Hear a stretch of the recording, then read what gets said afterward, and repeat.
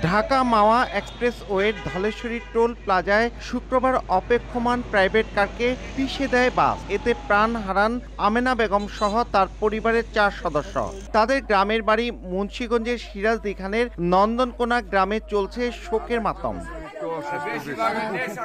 আমেনার সঙ্গে মারা যান তার বড় মেয়ে ইশরাত জাহান ইমি, ছোট মেয়ে রিহামণি ও নাতি আয়াজ। এছাড়া জামাই সোহান, মেজ মেয়ে অনামিকা সহ পরিবারের আরো 3 জন গুরুতর আহত হয়ে হাসপাতালে চিকিৎসাধীন।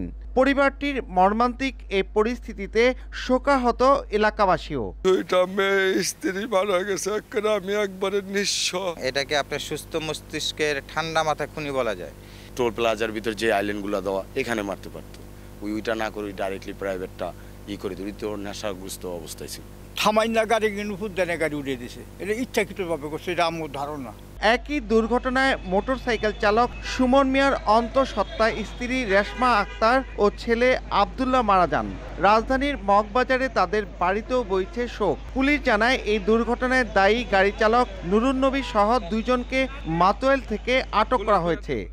এই ধরনের দুর্ঘটনা এড়ানোর জন্য আমাদের তো কার্যক্রম চালু আছেই, এবং আরো কিভাবে এটাকে বেগবান করা যায় এবং এটাকে ফ্রুটফুল করা যায়, ফলপ্রসূ করা যায়, সে বিষয়ে আমরা আমাদের চেষ্টা অব্যাহত আছে। টোল প্লাজায় সাধারণত 0 স্পিডে গাড়ি থাকার কথা।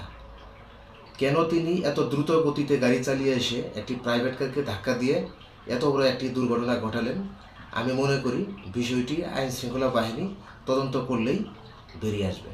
সরকারি হিসেবে 55 কিলোমিটার দীর্ঘ দেশের এই প্রথম এক্সপ্রেসওয়েতে 2022 সালের জুন থেকে এ পর্যন্ত 990টি দুর্ঘটনায় 140 জন নিহত ও 1445 জন আহত হয়েছে।